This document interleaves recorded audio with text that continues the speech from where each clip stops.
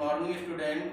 आज बीएससी के second paper जिसका भी नाम काइनेटिक थ्योरी एंड थर्मोडायनेमिक्स है। इसी में थर्मोडायनेमिक्स के अंतर्गत हमने पिछले लेक्चर में चैप्टर स्टार्ट किया था ब्लैक बॉडी रेडिएशन, यानी आदर्श घटिका क्या होती है इसके बारे में बताया था। और साथ में पिछले लेक्चर में हमने बात की थी इमिसिव पावर की बात की थी कि इमिसिव पावर होती क्या है। और हमने ये बताया था कि अगर एकांक पृष्ठ क्षेत्रफल के द्वारा एकांक समय में विकिरण ऊर्जा का उत्सर्जन होगा तो वो रेडिएंट तो वो इमिसिव पावर कहलाएगी। ठीक है। इसके अलावा ये भी बताया था कि सूर्य का प्रकाश पृथ्वी तक रेडिएशन के द्वारा प्राप्त होता है और उसके लिए माध्यम की आवश्यकता नहीं होती, अर्थात इसे निर्वात में प्रवाहित कर सकते हैं। ठीक है। इसी सीरीज में हम आगे आज नई हेडिंग लेके आए जिसका कि नाम है एब्जॉर्प्शन पावर, हिंदी में कहते हैं अवशोषण क्षमता। अवशोषण क्षमता की बात आती है कि कोई वस्तु ऐसी है जो अपने ऊपर मैक्सिमम रेडिएशन को एब्जॉर्ब कर ले, वो कहलाती है अवशोषण क्षमता। देखिए पिछले लेक्चर में बताया था हमने इमिसिव पावर के बारे में बताया था। वहां पे क्या था, वो निकाय वो सिस्टम क्या कर ऊष्मा को लगातार उत्सर्जित कर रहा था। यहाँ पर क्या है, लगातार ऊष्मा को अवशोषित करता है और जो अवशोषण होता है उसकी दर क्या है या उसका रेशियो क्या है उसके बारे में बताएंगे। ठीक है।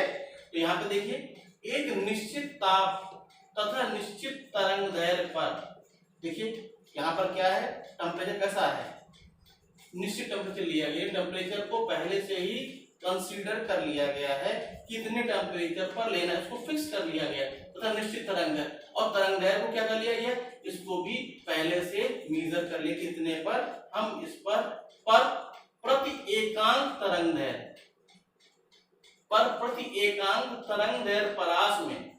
अब देखिए तरंग दैर्ध्य जो है उसका भी एक रेंज कैसा है, पहले से निर्धारित है कि इस रेंज से इस रेंज के बीच की तरंग दैर्ध्य जो है वो यहाँ पर प्रवाहित की जाएगी में प्रति सेकंड अवशोषित विकिरण ऊर्जा। हमने पिछली बार भी बताया था विकिरण ऊर्जा होती क्या है, जो सूर्य के प्रकाश द्वारा जो ऊष्मा उत्सर्जित होती है वो कहलाती है, वो ऊष्मा को कहते हैं क्योंकि रेडिएशन के द्वारा होता है और उस ऊर्जा को कहते हैं रेडिएंट एनर्जी। अब देखिए यहाँ पर बात आ रही है कि यहाँ पर क्या है, निश्चित ताप भी है, निश्चित तरंग दैर्ध्य है और एकांक क्षेत्रफल द्वारा, यानी जो निकाय है वो चारों तरफ से ऊष्मा को उत्सर्जित नहीं कर रहा है, यानी एक एकांक क्षेत्रफल से उत्सर्जन कर रहा है अवशोषित विकिरण ऊर्जा व प्रति सेकेंड अवशोषित विकिरण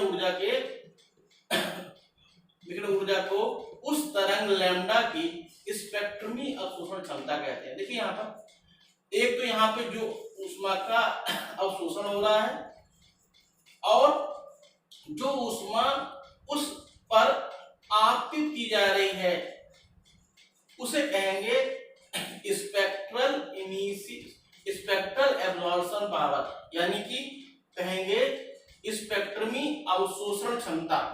यानी कि एक हमारा निकाय है, उस निकाय पर जो विकिरण ऊर्जा रेडिएशन एनर्जी अवशोषित की जा रही है और जो उस पर आपतित हो रही है, उन दोनों का अनुपात जो है, कोई भी निकाय हमारा है इसको रखा गया है, वो लगातार अवशोषण कर रहा है और किस रेट में उस पे ऊष्मा को जो है उस पर जो है ऊष्मा प्रवाहित की जा रही है, उन दोनों का रेशियो। अब देखिए बात आ रही ये क्या हो गया, अनुपात हो गया। दोनों अनुपात कैसे हैं, दोनों अनुपात किसके हैं, रेडिएंट एनर्जी के हैं। कोई वस्तु है जिसपे हम ऊष्मा प्रवाहित करते हैं वो उस ऊष्मा को 100% अवशोषित नहीं कर सकता।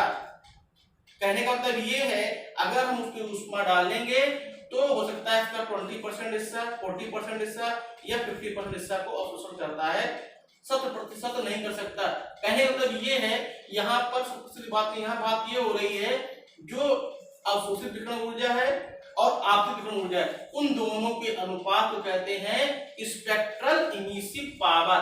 और इसके लिए क्या है, निश्चित ताप और निश्चित तरंग दैर्ध्य की हमारी क्या तरंग दैर्ध्य को यहाँ पर प्रवाहित किया जा रहा है। ठीक है।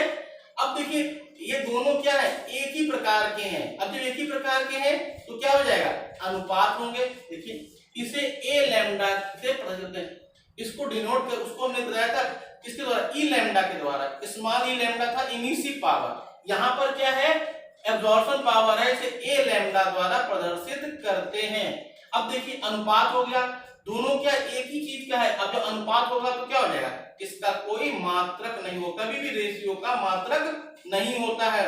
जैसे कि प्रत्यास्थता में विकृति थी, स्ट्रेस था हमारा प्रतिबल, स्ट्रेन था विकृति, उसका भी कोई अनुपात नहीं होता। इसीलिए यहाँ पर एब्जॉर्प्शन पावर का भी कोई भी अनुपात, कोई भी मात्रक नहीं होगी कि ये रेशियो, क्योंकि यह एक अनुपात है, अतः इसका कोई मात्रक नहीं होता है। ठीक है, तो हमने क्या बताया यहाँ पर एब्जॉर्प्शन पावर के बारे में बताया कि यदि अवशोषित विकिरण ऊर्जा और आपतित विकिरण ऊर्जा का अनुपात कहलाता है स्पेक्ट्रल इमिसिव पावर, इसे ई लैम्डा, इसे ए लैम्डा के द्वारा व्यक्त करते हैं और इसका कोई मात्रक नहीं होता है। ठीक है, अब इसी में हम बात करते हैं अगली हेडिंग की, जो है परफेक्टली ब्लैक बॉडी।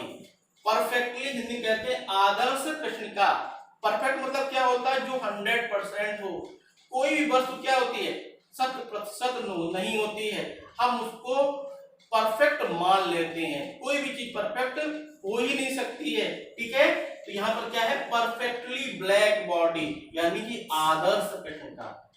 देखिए वह वस्तु जो अपने पृष्ठ पर गिरने वाले सभी तरंग दैर्घ्य के संपूर्ण विकिरण को पूर्णतया अवशोषित कर ले, आदर्श कृष्णिका कहलाती है।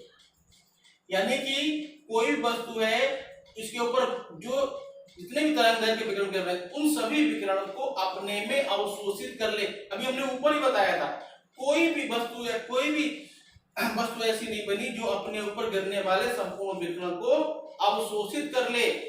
मैक्सिमम करेगा तो 80%, 70%, 85%, इसके ऊपर अवशोषित नहीं कर सकता है। लेकिन क्या होता है, हम उसको परफेक्ट मान लेते हैं, मानते हैं कि 100 के नजदीक है और ये हमारी परफेक्टली ब्लैक बॉडी है। यानी वह वस्तु जो अपने पृष्ठ पर गिरने वाले संपूर्ण तरंग दैर्घ्य के सभी तरंग दैर्घ्य के संपूर्ण विकिरण को पूर्णतः अवशोषित कर लेती है, आदर्श कृष्णिका कहलाती है।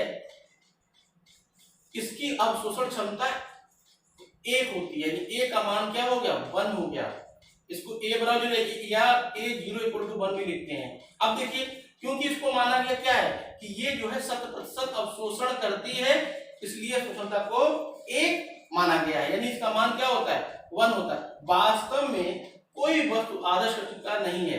देखिए फिर वही बात आ गई, रियलिटी क्या है, वास्तविकता क्या है, वास्तविकता ये कोई भी वस्तु जो है वो परफेक्टली ब्लैक बॉडी नहीं होती है। हम मान लेते हैं कि ये वस्तु परफेक्टली ब्लैक बॉडी है। काजल तथा प्लेटिनम कालिक इसके अति निकट माने जाते हैं।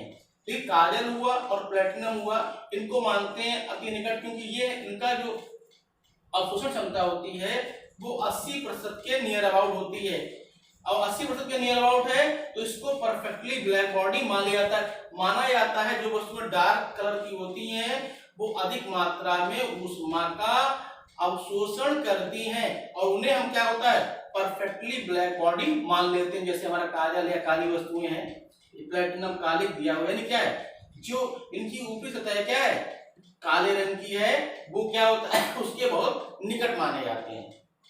व्यवहार में नियत ताप पर एक बंद खोखले गोले को, देखिए यहाँ पर क्या एक खोखला गोला लिया गया है और उसका टेम्परेचर कैसा नियत है, जिसमें एक संकीर्ण छिद्र हो, उसमें क्या एक साइड से छिद्र कर दिया गया है, आदर्श कृष्णिका माना जा सकता है।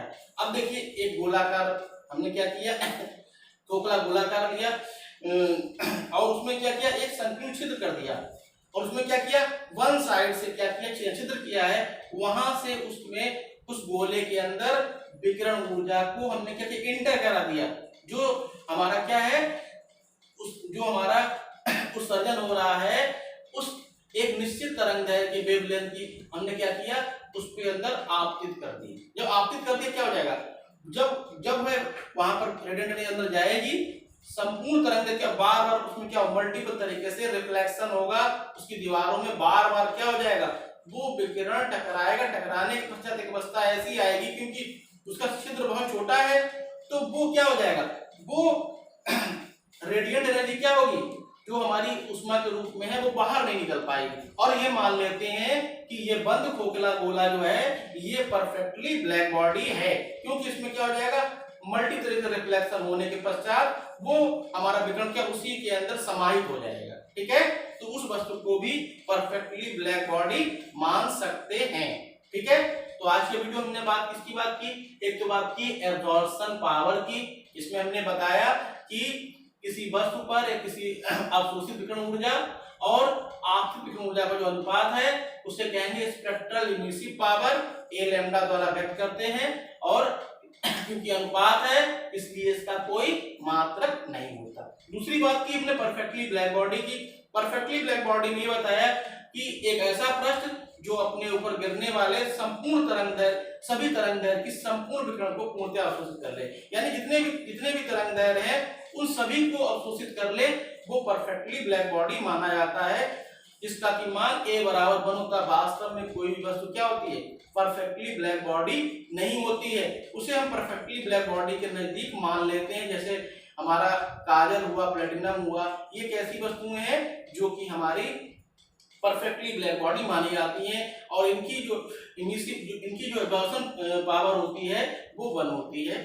ठीक है, इसी प्रकार से हम एक संकीर्ण अगर गोला ले उसको छिद्र कर दें और उसके अंदर भी अगर हम इसी प्रकार से सभी तरंगदैर्घ्य के विकिरण को अंदर हम आपतित कर दें तो एक अवस्था ऐसी आएगी कि वो विकिरण ऊर्जा उसके अंदर समाहित हो जाए, यानी वो भी परफेक्टली ब्लैक बॉडी हो जाएगा। तो आज के वीडियो में इतना ही, आगे फिर कंटिन्यू करेंगे। धन्यवाद।